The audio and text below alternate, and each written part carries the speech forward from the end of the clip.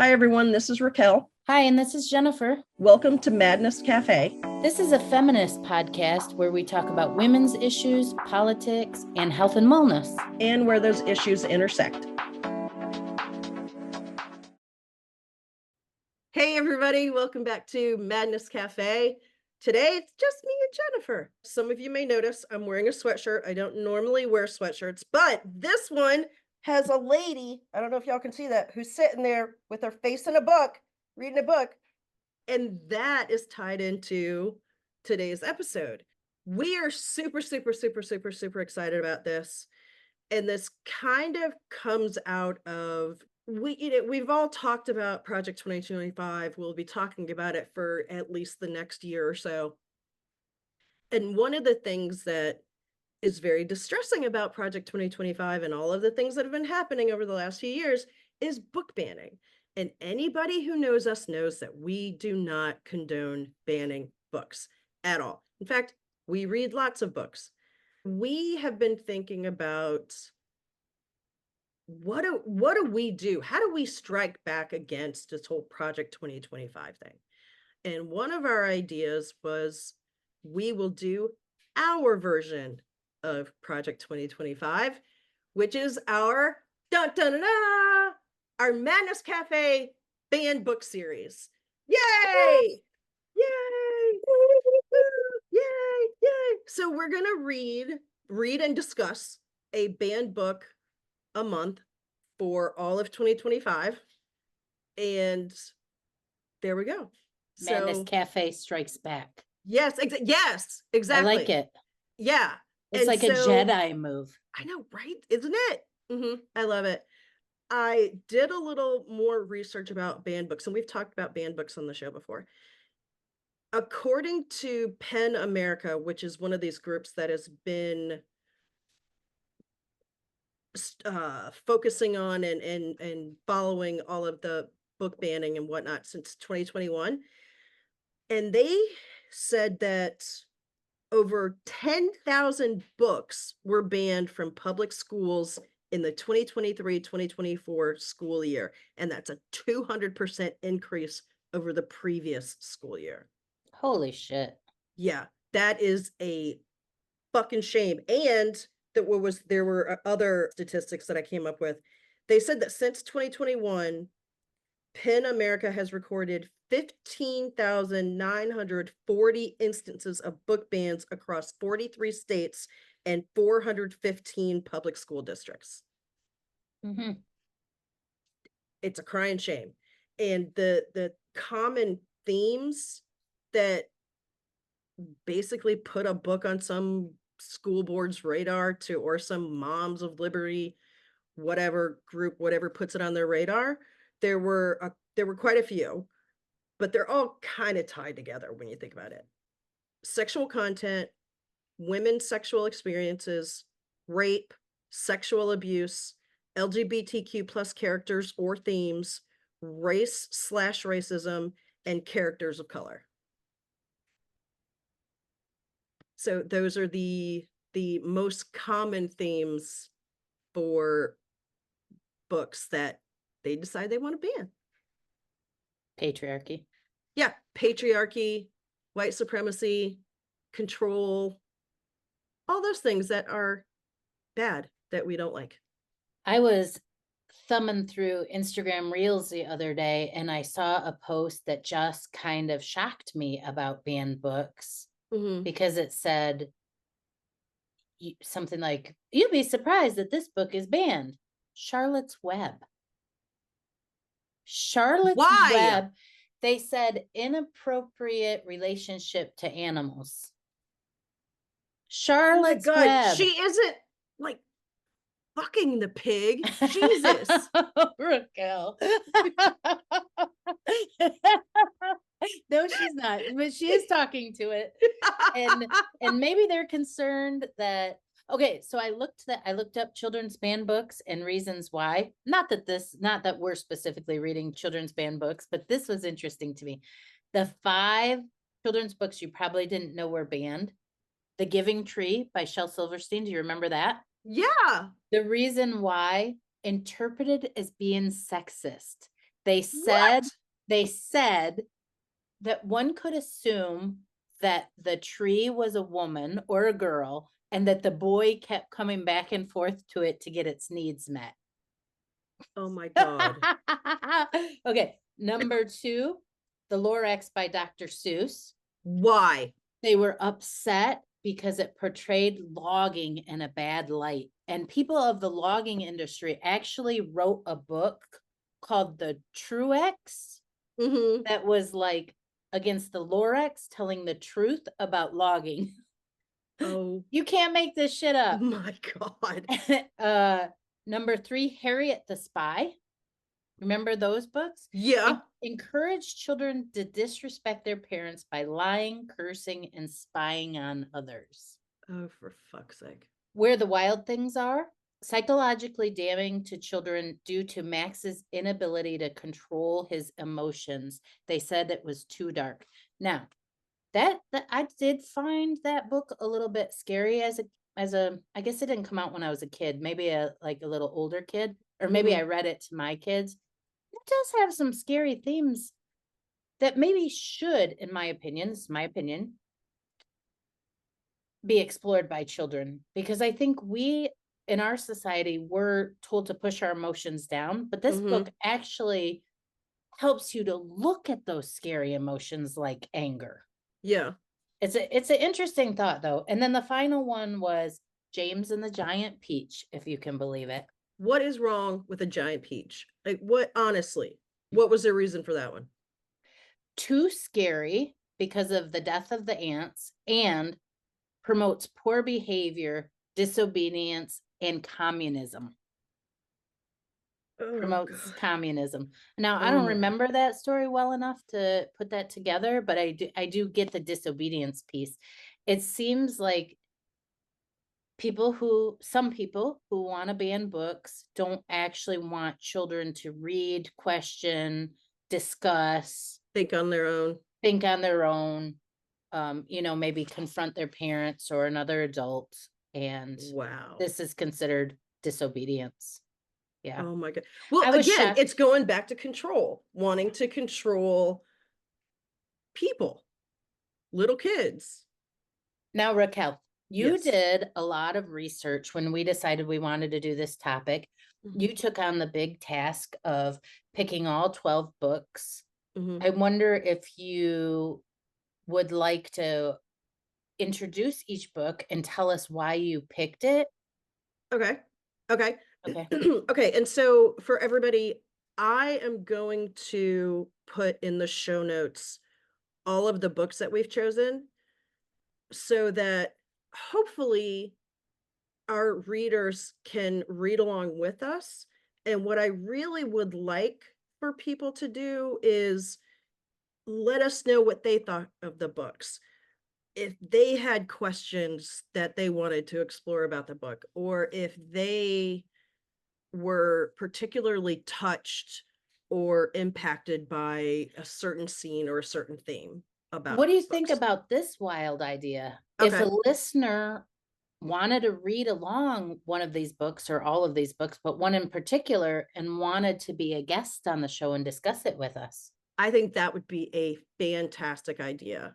a That would be a listener really, really awesome idea. coming on the show to talk about one of the books, that would be so I think that cool. would be really awesome. Yeah. And if any of our listeners know either any of these authors or know somebody who can put us in touch with these authors so that maybe they could come on as well, that would be great. In fact, I reached out to the author of the January book and haven't heard back yet, but that's okay. So I'm just going to go through and say what the books are.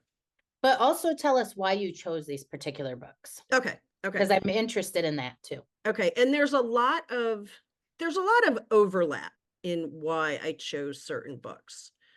I think that the main things are that a lot of the writers are people of color, are people who are from the LGBTQ plus community. The themes of their books, I think, are ones that are important to discuss, but they're usually on the radar of book banners, that sort of thing. So that's, just sort of an overview of why I chose a lot of these authors or a lot of these books. But the first one, our January book, is All Boys Aren't Blue by George M. Johnson, and he calls it a Memoir-Manifesto. So very excited about this one. It's his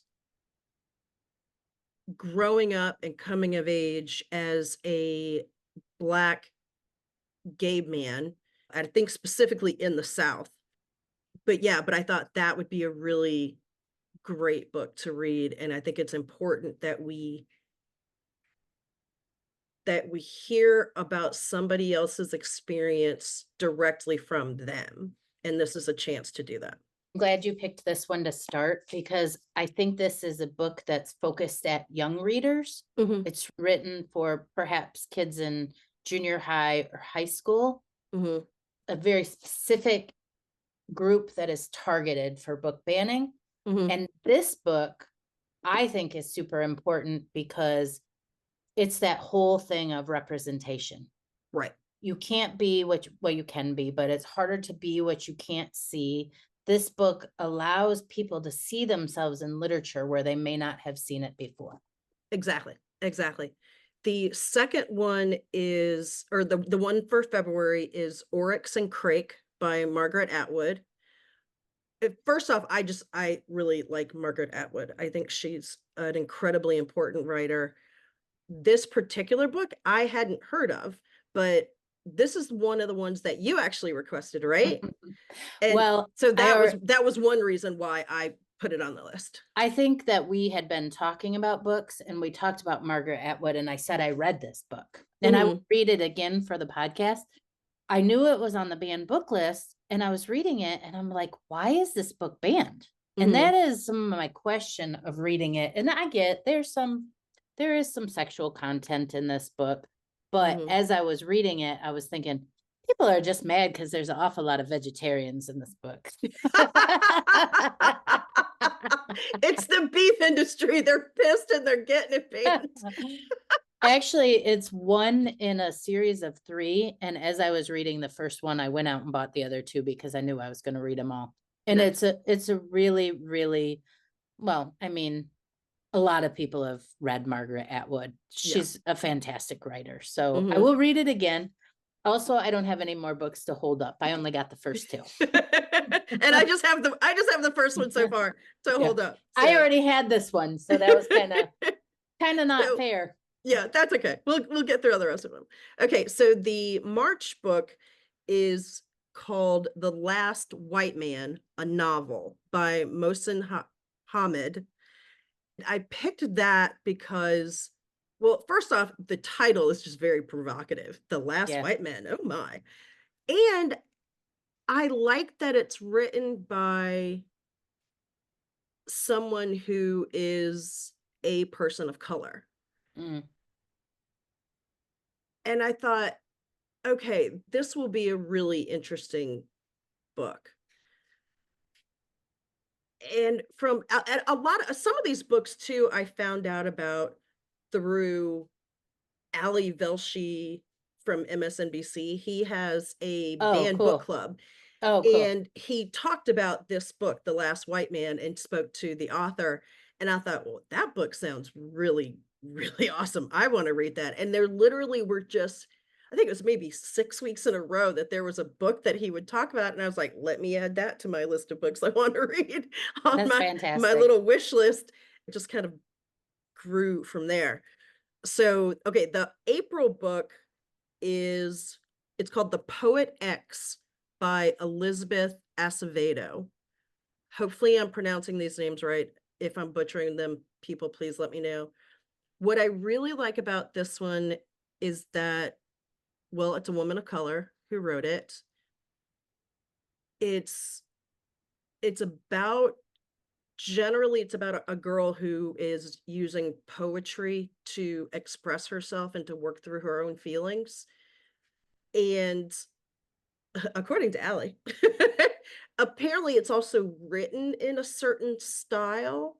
Mm. that is very reminiscent of poetry at times, and I thought that would be really interesting, because I also like it when books are written in maybe Lyrical. yeah, in a lyrical way, Yeah. or if it's structured in a way that's slightly different or even completely different from what we normally see in prose, and I thought, "Okay, this will be really cool. That will be a really good book to read." Is that one also a young reader? I believe it is. Yeah, I think it is. Yeah. In fact, I think a lot of these are young reader books, but I've read plenty of books that are quote unquote targeted at the young adult audience, and they're amazing books. And I'm like, I don't know why this is just targeted to YA, because they're really good books. And we need to jump back and get that education ourselves. Exactly. Yeah. Exactly. Yeah. Yeah. Yeah. So the May book is actually it's two. It's Mouse 1 and 2 by Art Spiegelman or Spiegelman. And this is a what's the word I'm looking for? A graphic novel, or two parts, a graphic novel about the Holocaust. Yeah. This is the one I'm most excited about. Yes. Yes. And you know, it always kills me when people say kids are too young for this material. Well, you know what? There were little kids who died in the Holocaust. No, a lot. If and I'm not saying, I don't know, I just think it's important for people of all ages to know what happened.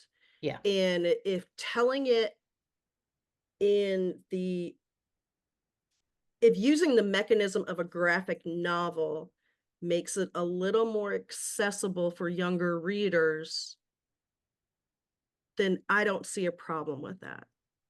I'm really excited about these books. I understand that the Jewish people are depicted by wide-eyed mice, Mhm. and the Nazis are menacing cats in the novel. And also that it has been hailed as the best graphic novel ever written. There is a Wow. lot of praise on these Mhm. novels. And Mhm. I've been wanting, I actually don't even know why I haven't picked them up, because I've been wanting to read them forever. So I'm Right. really, really glad that you put them on the list. Yeah. Super excited to read them. Yeah. Yeah, I'm excited about all of these actually. The June book is called Lawn Boy by Jonathan Evison. And I believe what this book is about is there's a the main character has just graduated from high school and is trying to figure out what they're going to do. Are they going to go straight to college? Are they going to take some time off? What are they going to do? Do they even really know? Or should they just follow along with everybody else and just kind of go with the flow, right? And the young man spends the summer after high school working in a landscaping business, right? So basically the lawn boy, Yeah. essentially. And so and yes, I believe the main character is Hispanic. So there's going to be some of that discussion of the stereotypes of Hispanic men working in landscaping and, yard work and all of that kind of stuff, as well as exploring the themes of what do I really want to do with my life? Am I even old enough to determine that yet? I thought that would be a really cool book to read. The July book is called The Absolutely True Diary of a Part-Time Indian by Sherman Alexie. And that I thought sounded really cool because it's literally written by somebody who's Native American, but I believe Sherman Alexie,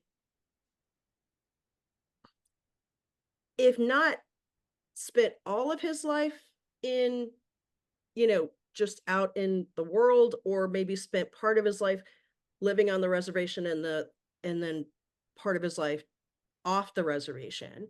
But so there's that juxtaposition. Plus, I just think it's a really great idea to read books by people who are different than us. Yeah. The bio part that I read about the book said that the story is about a young man who is going to school on his reservation, decides to leave to go to a school that has a better reputation or a better path to college. Mhm. And he ends up being the only Native American in his school. Mm. And so he is going to school. Oh, it said he was the only Native American besides the school mascot. Oh God. Right. So there's Yeah. it again goes into the stereotyping, how to assimilate, for lack Yeah. of a better word, because that's a Mhm. terrible word.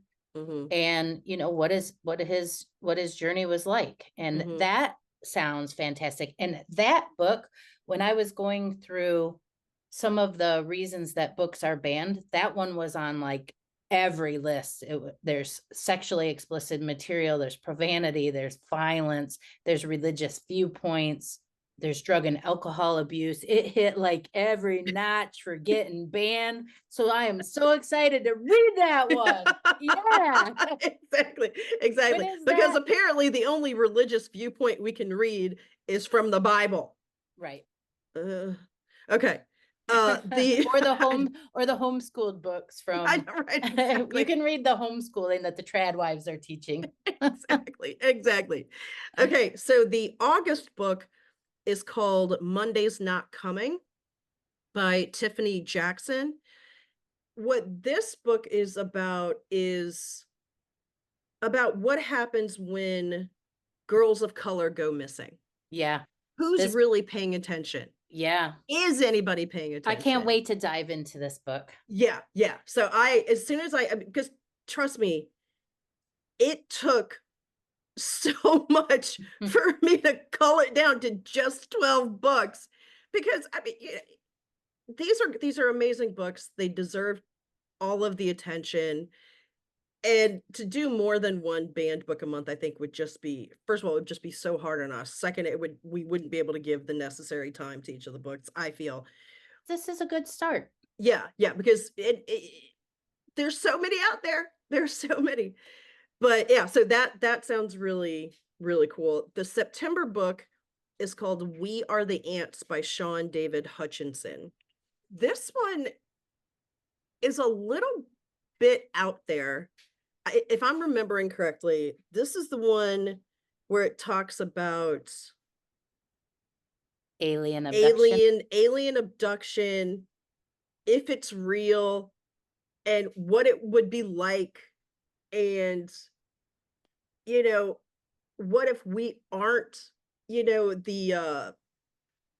what if we aren't We're the probably most not. intelligent beings on the planet? I mean, in the solar system, right? So the jacket I read today, the bio said that this kid had been victim or he experienced alien abduction a Mhm. lot through his early years and got to the point with the aliens where he was given a button and he could push that button and it would end the human race. And he got to decide yes or That's no. right. That's Yeah. right. And it goes through like him analyzing his own life and everything he's been through.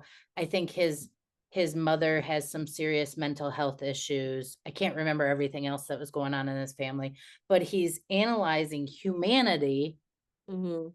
versus this ultimate power that he could just peacefully end it for everyone. And Yeah. and Yeah. what a fantastic idea. Right, right. So, Yeah. but you can just imagine why people are like, "Oh, we can't have kids reading that book, or we can't have anybody reading that No, book." I no, mean, I because could. Oh, go ahead.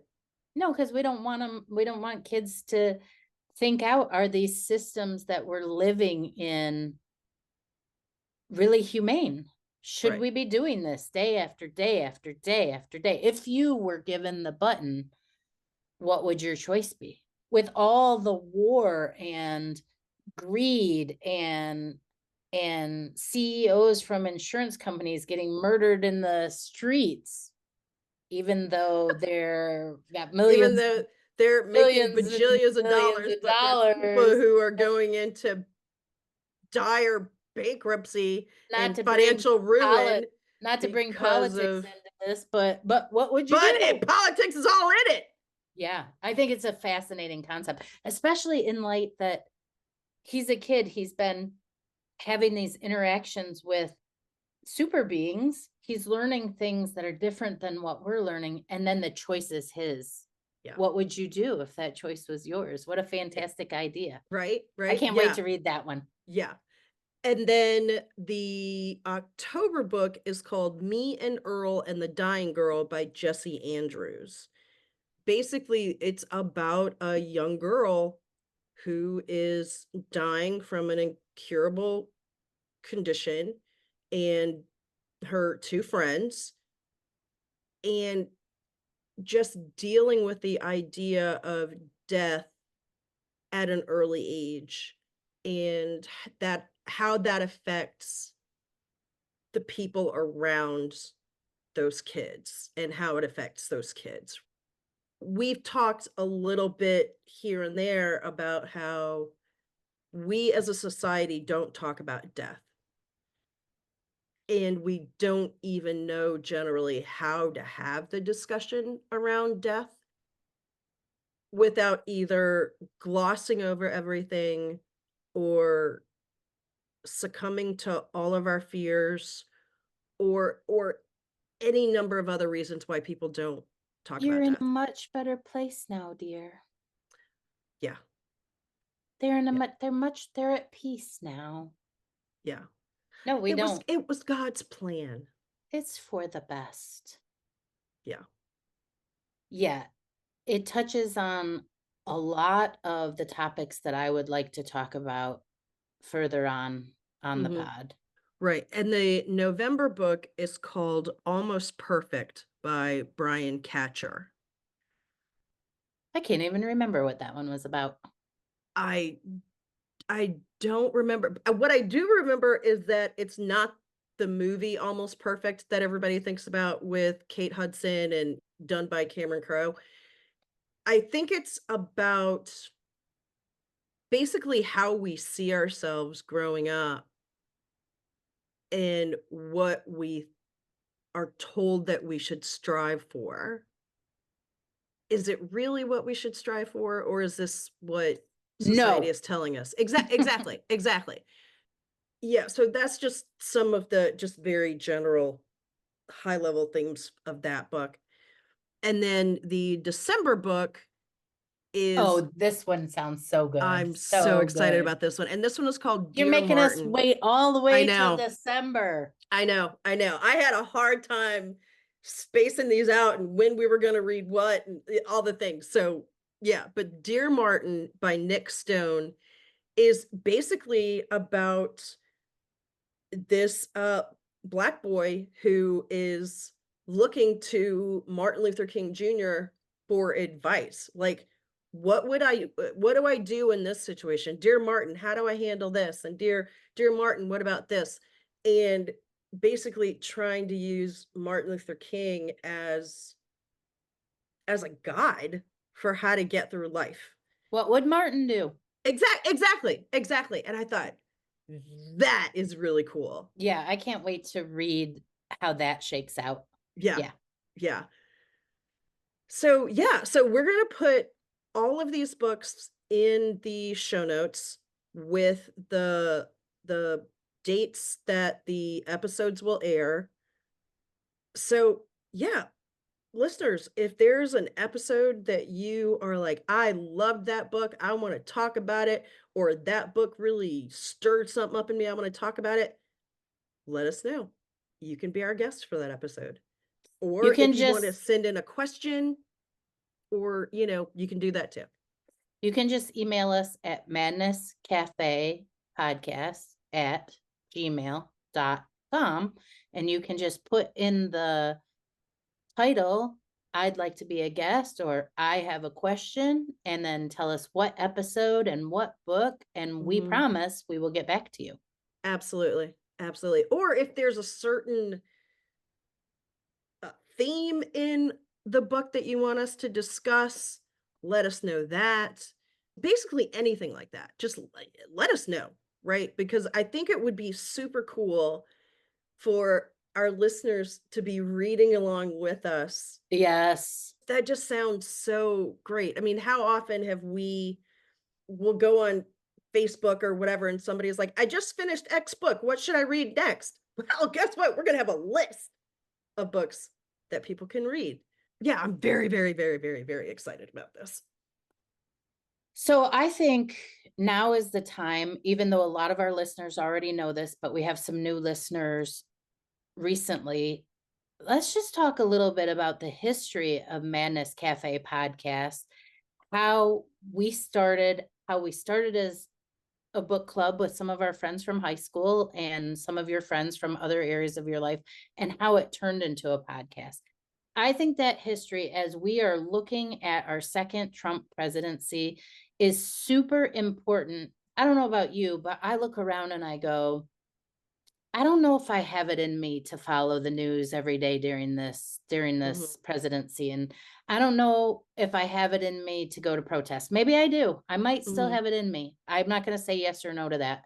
Yeah, But regardless of that, what are the ways that we can resist? And I really believe that this podcast, this our own Project 2025, our own banned book reading is a form of resistance. absolutely. So would you mind telling our Sure. history to our Our guests? origin story. Yeah, the Madness Cafe origin story. I love Yes, it. yes, yes. Many, many moons ago, I was in a book club with this amazing group of people and had great discussions and all the things, read a lot of great books. Of course, as things do, people get busy, things start to wane, and it just sort of dissipated. And I, in 2019, 2020, had been talking about how I really missed being in a book club. And I was like, somebody should start a book club. I want to be in a book club. And then 2020 came along with all that was on that bingo card of, the pandemic and people dying and people being killed at protests.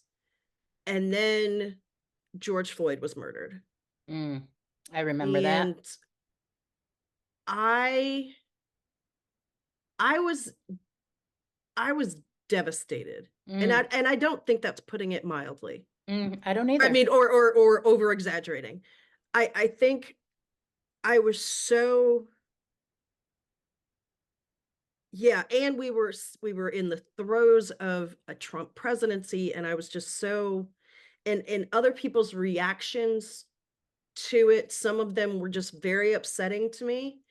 And I just thought, there were people who were like, "Well, I don't know what to do. What should I do? I don't know anything about this." And I kept telling people, "Just read a fucking book. Like, quit asking us to teach you, us being Black people. Quit asking us to teach you stuff. Pick up a book." And then I was like, "Oh." I was like, Okay, "Well, but just for a second, but that is actually okay. yeah, well, yeah, yeah." And but then I thought, "Okay, let me come back to myself, right? Let me be true to who I am."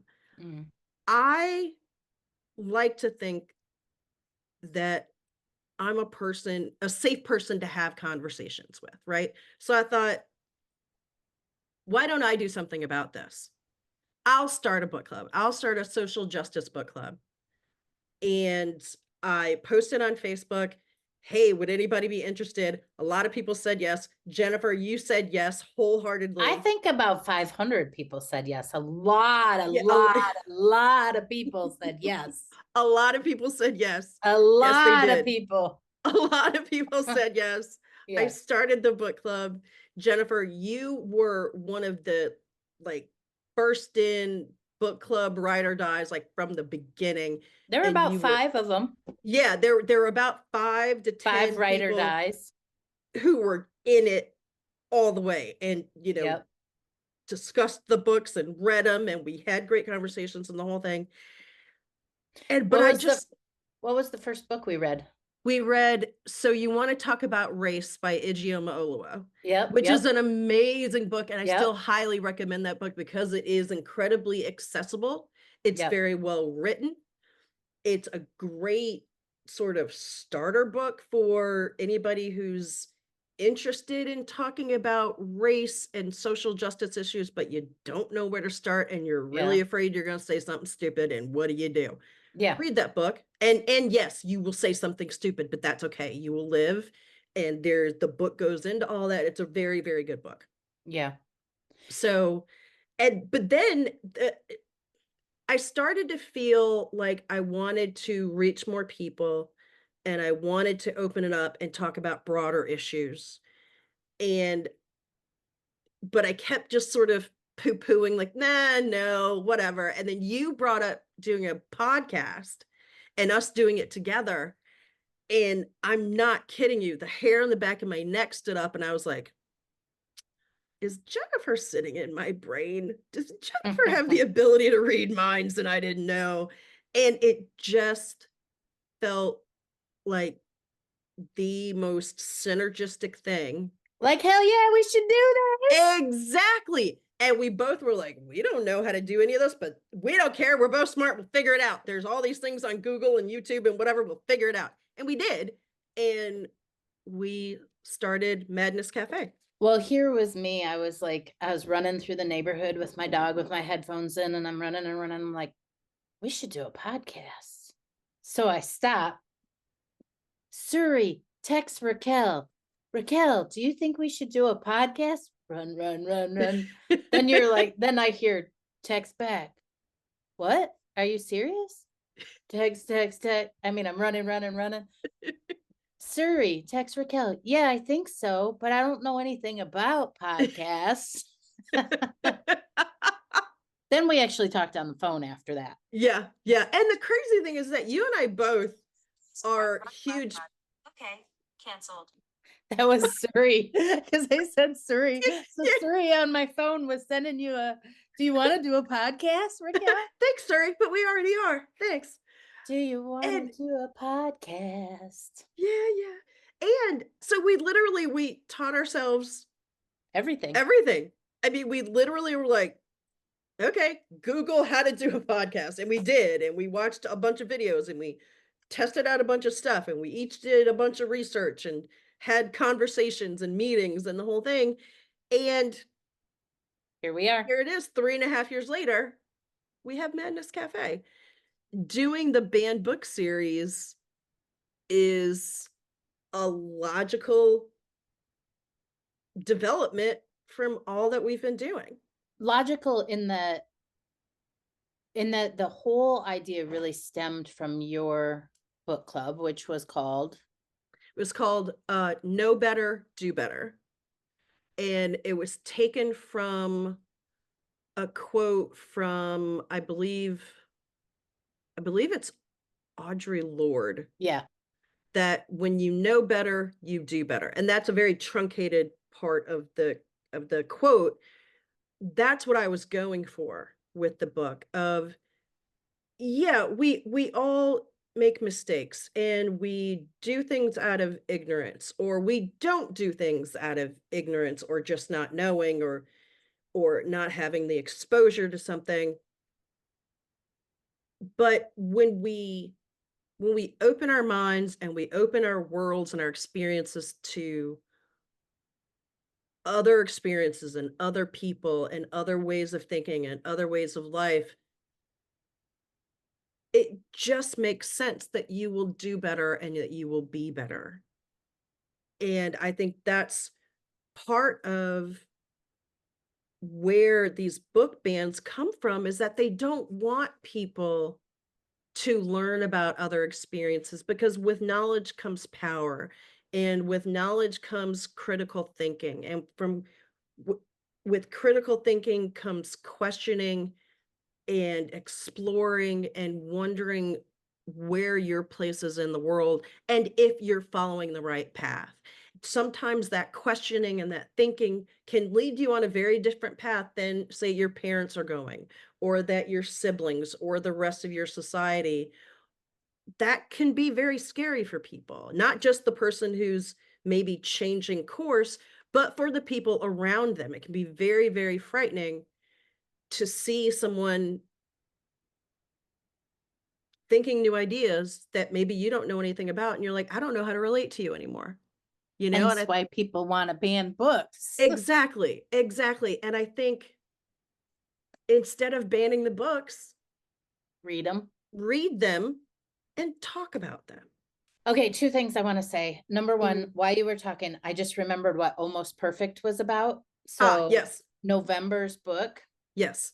is about a couple who are dating. Mhm, He thinks his girlfriend is perfect. She withdraws from him. mhm. And then he finds out why.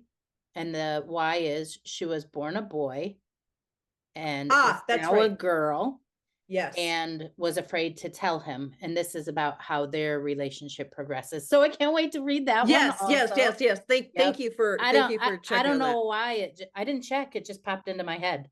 Yeah, yeah, and I knew all that because Of course. I looked at all the books and along Of with course. probably 20 others. I mean, I Yeah, of honestly course. think I had a list of maybe 30 to 50 books, which is a lot. And the other thing I wanted to say is, so in 2020, when you started that book club, I feel like I was in a very different place. I Mhm, feel like I was in the place of shock and awe and awakening when George Floyd was murdered and there was so much media attention around it. Not like we haven't seen things like that in the past, but this maybe because of COVID and that we were all so locked in.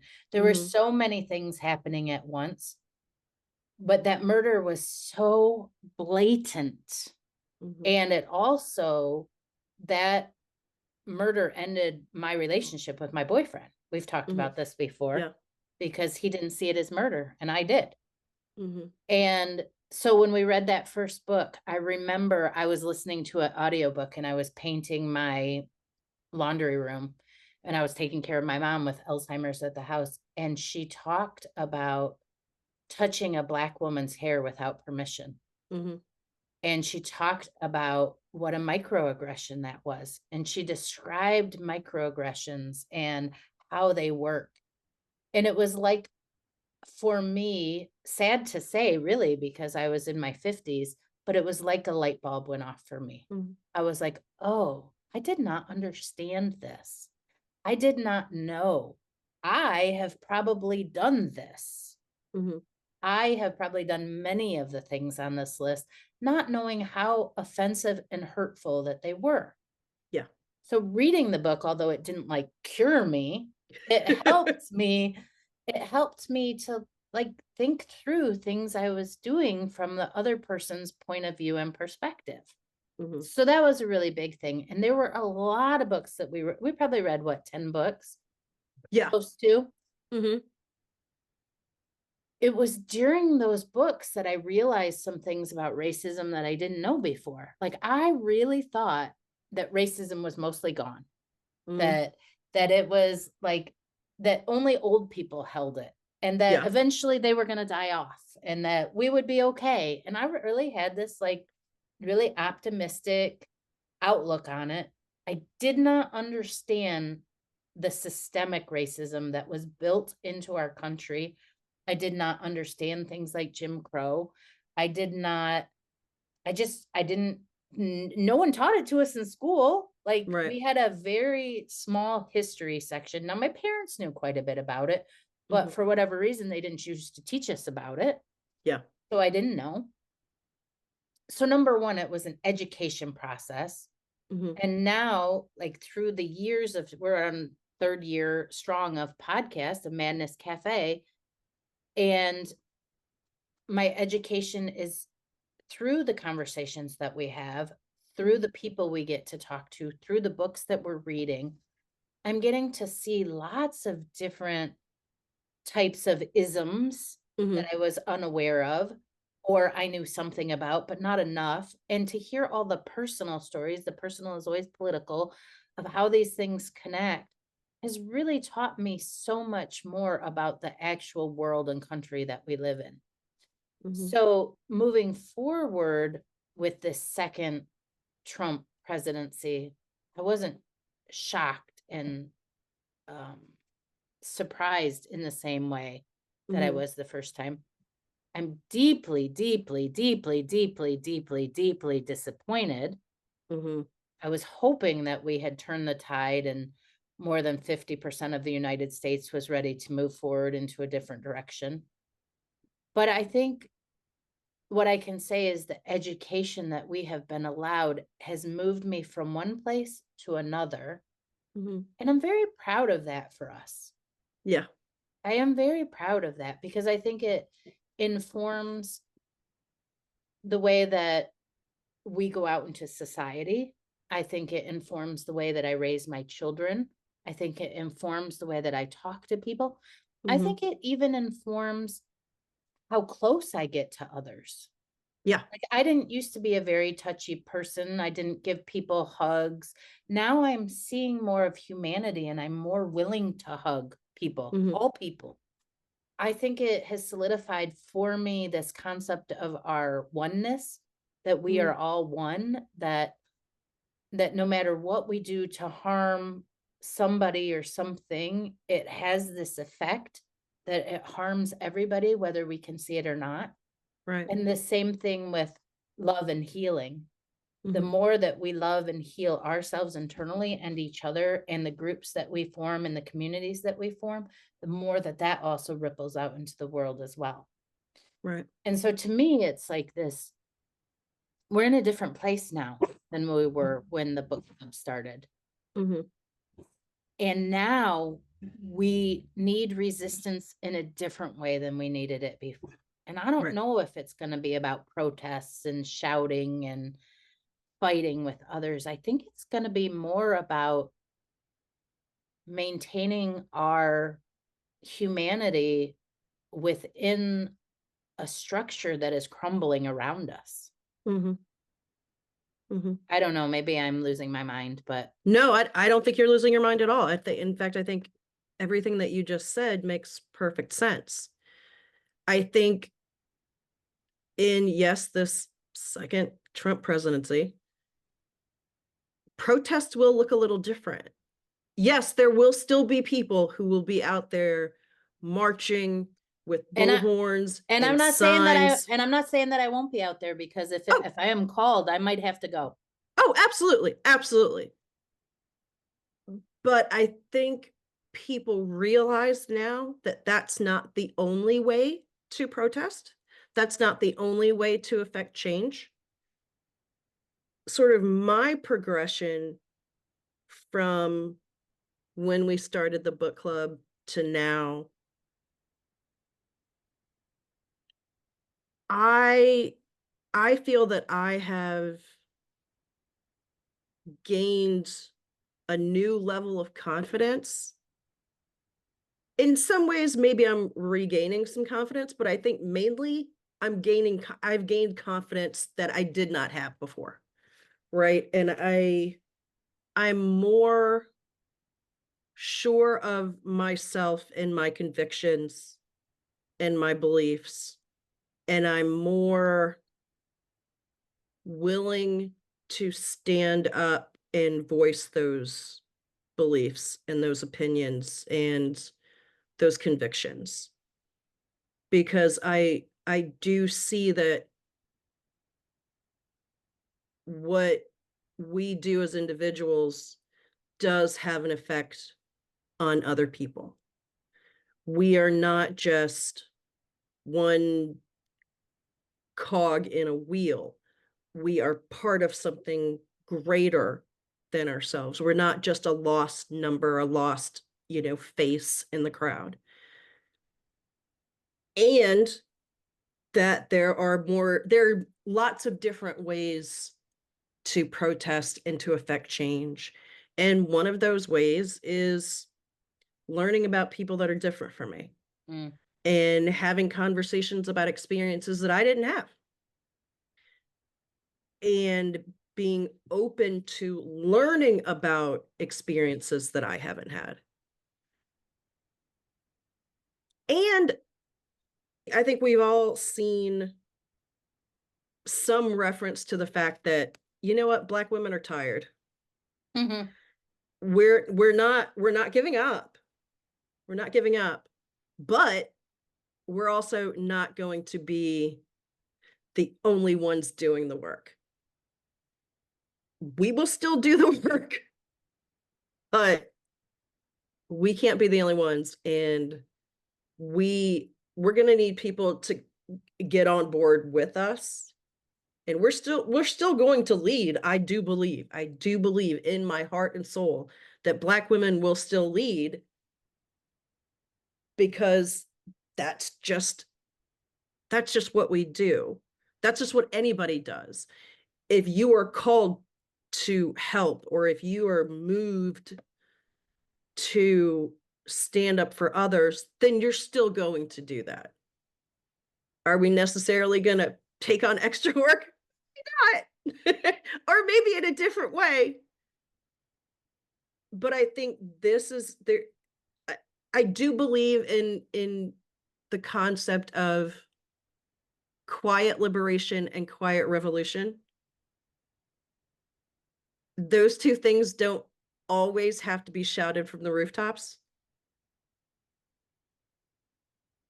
And so I feel that that's what's going to be happening going forward, or at least for this foreseeable moment in time. Yeah.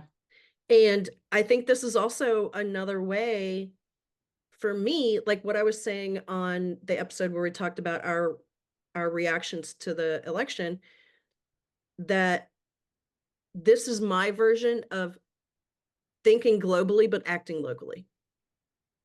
So this is the way that I'm going to start that. There are other ways that I'm going to do it. Like, yes, I'm going to get involved in my community more, and things like that. But another thing is I'm purposely going to learn about other people's experiences so that my mind can be opened, and I can be more open to other people's experiences. And hopefully that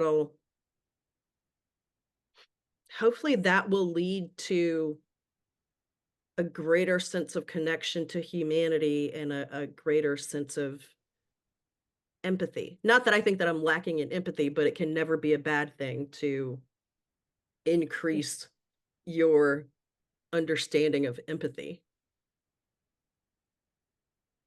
It's like how did you put it? It's the silent The resistance. quiet It's quiet actually revolution. not silent, it's quiet. Yeah. It's quiet, it's persistent, it's purposeful, it's driven. It's intentional. It's intentional. Yeah.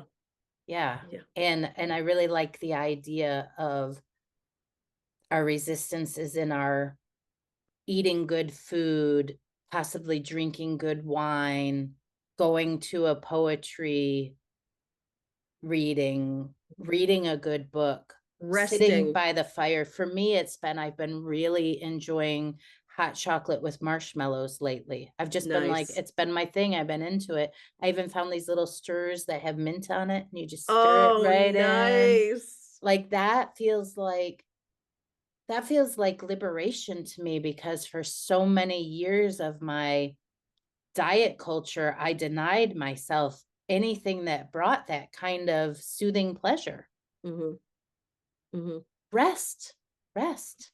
Yeah. Resting, listening to my body, not continually just pushing until my body just says stop, and then I end up getting sick, because that's not doing anybody any good. Yeah. Project 2025. This is, what did you call it? You called it, it was the Jedis. You said it. Oh, Empire Strikes Back. Madness Cafe strikes back. Cafe strikes back. And our first strike is All Boys Aren't Blue. Yes. I am loving this book. I'm not very far into it yet, but I have seen interviews with George M. Johnson, and it's such a thoughtful, it's a very thoughtful book. And I just love the cover of the book too. I just think it's such a visually striking and beautiful book. I do think that it's rare that we see a Black man on the cover of a book, It probably is. and that it's not crime novel or Oh, or Ooh. or historical fiction or a book about Martin Luther King or Malcolm X. I mean, there are other Black men. Those are generally the times when you see a Black man's face on the cover. And so I just think that that's one thing too that's just very striking about the book. And I'm so very, very excited to read it. I'm so excited to read all of the books that are on this list. And I'm excited for our listeners' reactions as we go along, because this is gonna, I mean, it's gonna be a year-long thing, and we're very excited about this, and we're so excited to get started. And I'm so excited to see where this is going to lead. Just the few times that I've talked to other people about us doing this, I've gotten such great response from people that I'm just excited to see the reactions that we're going to get, and just makes me think that, yeah, this is a good idea that we're doing this. People are Yeah. excited about this, I think. Madness Cafe strikes back. Yeah, we do. Yeah, and we get to draw attention to some authors that maybe people necessarily wouldn't hear about, or some topics that people necessarily wouldn't hear about. So I'm just very excited to read all of this, and I'm so excited to have the conversations with you, and hopefully some of the writers can come on and be our guests as well. That would be cool. I will tag all of them in all of the things that we do with their books. So even if they can't come on, hopefully they'll at least know that we're doing this, and maybe we'll get some response that way. I don't know.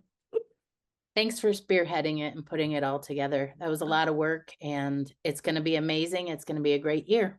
You're very welcome. I'm so excited for it. I really am. 2025 is going to be a tricky year, but this is going to help me get through 2025, I think. And I think that was great planning on our parts to do this.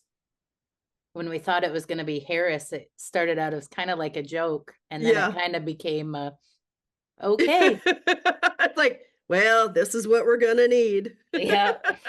Yeah, and thanks for being willing, and not just willing, but excited to embark on this. This is gonna be great. It's going to be good. Yeah. Thanks, Jennifer. Bye. Thanks everyone for listening today. We will be back with more Madness Cafe next week. You can find us on Instagram at Madness Cafe Podcast, or email us at madnesscafepodcast@gmail.com. Bye.